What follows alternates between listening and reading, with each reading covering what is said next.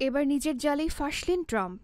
Canada ও মেক্সিকোর পণ্য আমদানিতে 25% এবং চীনের পণ্য বর্তমান হারের চেয়ে বাড়তি 10% শুল্ক আরোপের ঘোষণা দিয়েছে মার্কিন প্রেসিডেন্ট ডোনাল্ড ট্রাম্প।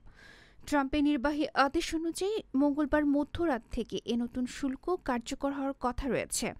তবে তার এই শুল্ক নীতি নিয়ে সিঁদুরে মেঘ দেখছেন আর্থিক বিশ্লেষকেরা। এ পদক্ষেপ যুক্তরাষ্ট্রের জন্য হিতে বিপরীত হতে পারে বলে ধারণা করছেন তারা। দেশজুড়ে মন্দা, মুদ্রাস্ফীতি ও ডলারের অবমূল্যায়নের আশঙ্কা করছেন বিশ্লেষকরা। এছাড়া চীন, মেক্সিকো ও কানাডার পণ্যে শুল্ক আরোপ নতুন করে বিশ্বের বাণিজ্য যুদ্ধের শঙ্কাকে উস্কে দিচ্ছে বলে মন্তব্য করেছেন বিশ্লেষকরা। ট্রাম্প প্রশাসন মনে করছেন শুল্ক আরোপ যুক্তরাষ্ট্রের জন্য আশীর্বাদ হয়ে আসছে, কিন্তু অনেক বিশ্লেষক দৃঢ়ভাবে এর বিরোধিতা করেছেন।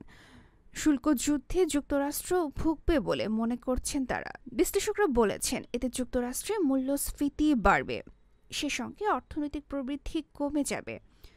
ফলে মার্কিন শ্রমজীবীরা চাপে পড়বেন, ভোক্তাদের বেশি অর্থে পণ্য কিনতে হতে পারে। কলম্বিয়া বিশ্ববিদ্যালয়ের অর্থনীতি বিভাগের অধ্যাপক জোসেফ স্টিগলিস বলেন, স্পষ্টভাবে সব অর্থনীতিবিদ মনে করেন এ ধরনের শুল্ক আরোপের ঘটনা যুক্তরাষ্ট্র এমনকি পুরো বিশ্বের জন্য ক্ষতির কারণ হতে পারে। একই সুরে কথা বলছেন পিটারসন ইনস্টিটিউট ফর ইন্টারন্যাশনাল ইকোনমিক্সের নির্বাহী ভাইস প্রেসিডেন্ট মার্কুস নোল্যান্ড। তিনি বলেছেন এ ধরনের শুল্ক আরোপ মার্কিন অর্থনীতির হতাশাজনক প্রবৃদ্ধির কারণ হতে পারে। একই সঙ্গে বাড়বে মূল্যস্ফীতিও।